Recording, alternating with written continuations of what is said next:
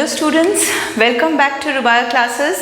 मैं हूँ अरुमिता घोष और आज मैं आपके साथ क्रेब्स साइकिल लेके डिस्कस करने वाली हूँ। इससे पहले एक वीडियो में मैंने ग्लाइकोलाइसिस के बारे में डिस्कस किया था, उसका लिंक मेरे डिस्क्रिप्शन बॉक्स में दिया हुआ है। अगर आप लोगों ने अभी तक वो वीडियो नहीं देखा है तो आप लोग डेफिनेटली देख लीजिए, क्योंकि उसके बिना आप लोगों को क्रेब्स साइकिल समझ में नहीं आएगा ठीक से। तो चलिए क्रेब्स साइकिल से स्टार्ट करते हैं। और क्रेब्स साइकिल स्टार्ट करने से पहले और भी एक चीज़ बता देना चाहती हूँ कि जिन बच्चों ने अभी तक मेरे चैनल को सब्सक्राइब नहीं किया है वो लोग प्लीज़ मेरे चैनल को सब्सक्राइब कीजिए। एक बेल आइकन है उसको दबाइए ताकि आपको अपकमिंग वीडियोस का नोटिफिकेशन मिलता रहे। तो चलिए, क्रेब्स साइकिल क्या है? क्रेब्स साइकिल एक ऐसा प्रोसेस है जो, ये मानिए कि सेल है आपका, ये रहा सेल का साइटोप्लाज्म। अब यहाँ पे हम लोगों को मालूम है ग्लाइकोलाइसिस प्रोसेस हो रहा है।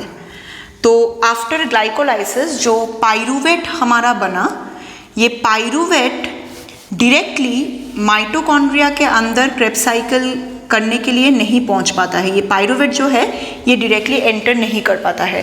पाइरूवेट को हमें पहले किसी और कंपाउंड में कन्वर्ट करना पड़ता है, उसके बाद थ्रू एक्टिव ट्रांसपोर्ट वो कंपाउंड माइटोकॉन्ड्रियल जो मैट्रिक्स है जहाँ पे एक्चुअली क्रेब्स साइकिल होने वाला है वहाँ पे एंटर करेगा। तो वो चीज़ पहले देख लेते हैं कि ये केमिकल चेंज या रिएक्शन क्या होता है। मानिए कि ग्लाइकोलाइसिस में आपको पाइरूवेट मिला है, तो ये मैंने यहाँ पे लिख दिया पाइरूवेट और पाइरूविक एसिड।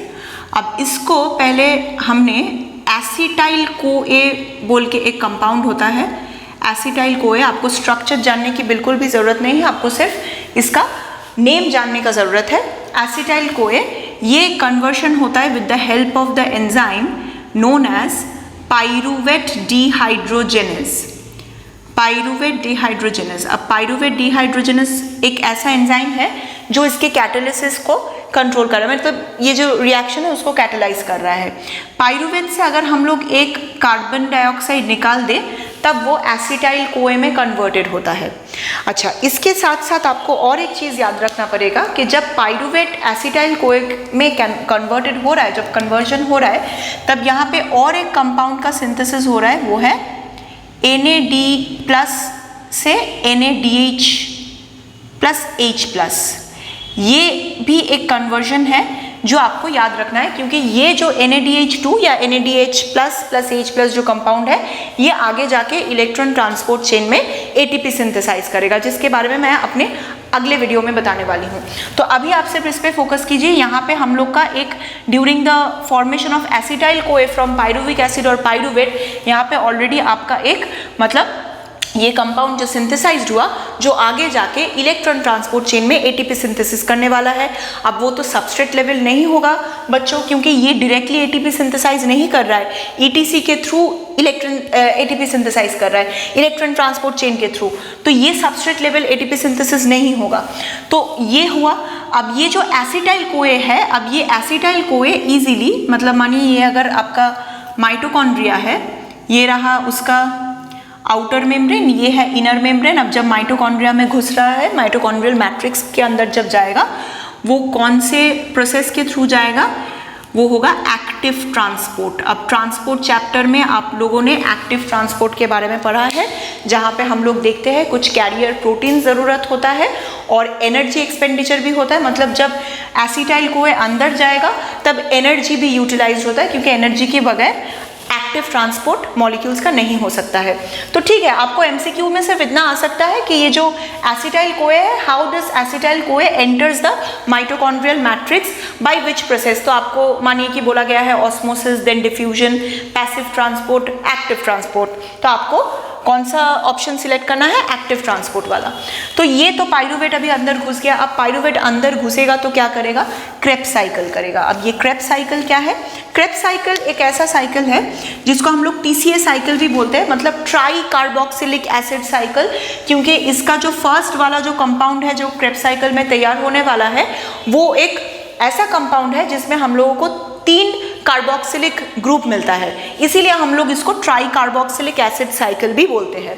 अभी ये जो एसिटाइल कोए है ये ऑक्सैलो एसीटेट के साथ फ्यूज करके, कंबाइन करके एक कंपाउंड बनाएगा जिसका नाम है साइट्रिक एसिड और साइट्रेट। अब ये स्टेप आपको थोड़ा सा ध्यान देना है। ये जो एसिटाइल कोए और ऑक्सैलो एसीटेट का जो कॉम्बिनेशन है, जब कंबाइन कर रहा है, इसको हम लोग OAA भी लिखते हैं। ये तो आप लोगों ने फोटोसिंथेसिस में भी ये कंपाउंड के बारे में पढ़ा है। तो ये जो OAA जो कंपाउंड है, ये एसिटाइल कोए के साथ फ्यूज करता है। फ्यूजन के दौरान एक उसका कंडेंसेशन होता है, मतलब एक वाटर मॉलिक्यूल निकल जाता है। अगर वाटर मॉलिक्यूल निकल जाता है तब ये साइट्रिक एसिड बोल के कंपाउंड में या साइट्रेट में कन्वर्टेड होता है। इसमें ये जो चेंज है, इस चेंज के दौरान एक एंजाइम का जिक्र NCERT में किया हुआ है, वो है साइट्रेट, उसका नाम है साइट्रेट सिंथेटेज। अब ये जो साइट्रेट सिंथेटेज नाम है, आपको बाकी कहीं पे भी एंजाइम का नाम ज़रूरत नहीं है, लेकिन NCERT में ये मेंशन किया हुआ है, तो आपको ये एंजाइम का नाम याद रखना पड़ेगा। आप साइट्रिक एसिड सिंथेसाइज कर रहे हो तो ये तैयार हो गया आपका ऑक्सैलो एसिड से साइट्रेट और साइट्रिक एसिड। कन्वर्शन के टाइम कैटालिसिस कौन कर रहा है, रिएक्शन को कैटालाइज कर रहा है साइट्रेट सिंथेटेज। अब ये साइट्रेट आपका बन गया। अब साइट्रेट से जब ये अल्फा कीटो ग्लूटारेट बनेगा, मैंने पहले मेन कंपाउंड्स यहाँ पे लिख के रखा है, लेकिन बीच बीच में कुछ और भी कंपाउंड्स यहाँ पे आते हैं। जैसे कि साइट्रेट का एक आइसोमर बनता है जिसका नाम है आइसोसाइट्रेट। साइट्रेट का एक आइसोमर है, इसका नाम है आइसोसाइट्रेट। तो ये आइसोसाइट्रेट बनाएगा पहले। आइसोसाइट्रेट बनाने के बाद ये आइसोसाइट्रेट वाला जो कंपाउंड है, ये just cascade chain of reactions है, आपको बस वही याद रखना है, जो एक साइकिल कंप्लीट कर रहा है। अब ये जो आइसोसाइट्रेट है, ये किस में कन्वर्टेड होगा, अल्फा कीटो ग्लूटारेट।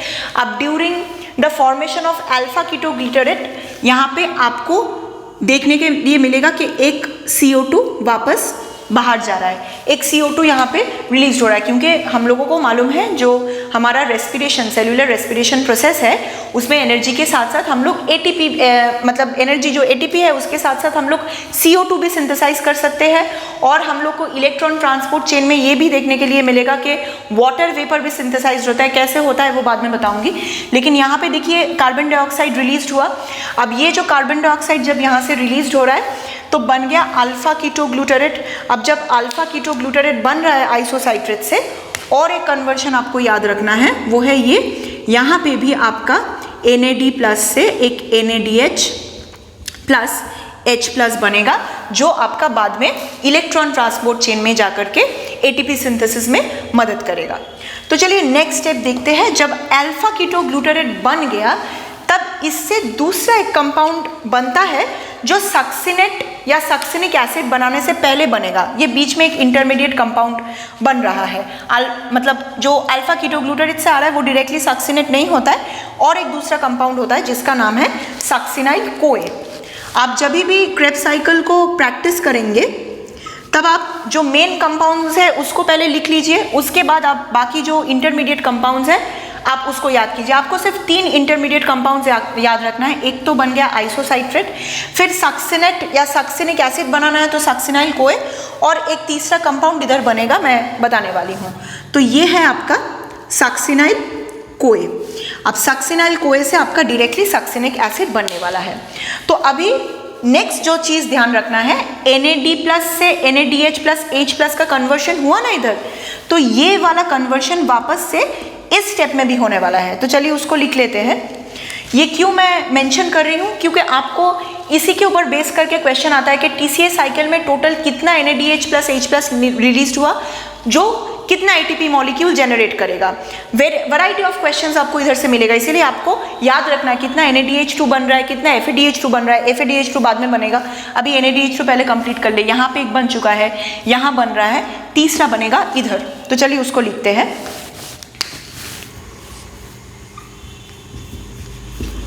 ये रहा आपका तीसरा NADH2, मतलब NADH प्लस H प्लस को ही हम लोग NADH2, मतलब ये रिड्यूस्ड हो रहा है। यहाँ पे कहीं ना कहीं अगर ऑक्सीडेशन हुआ, मैंने पिछले वीडियो में ग्लाइकोलाइसिस में मैंने बताया था कि ऑक्सीडेशन जब हो रहा है डेफिनेटली वहाँ पे रिडक्शन भी होगा, जो हम लोग जानते हैं रेडॉक्स रिएक्शन बोलते हैं हम लोग जिसको। तो ये सक्सिनाइल कोए बन गया। अभी यहाँ पे और एक चीज़ होगा, पिछले स्टेप में जैसे हम लोगों ने देखा था कि NADH2 कन्वर्शन के टाइम CO2 रिलीज हो रहा था, इस स्टेप में भी एक CO2 रिलीज हो गया, इस स्टेप में भी एक CO2 रिलीज हो गया। अभी सक्सिनाइल कोए बन चुका है।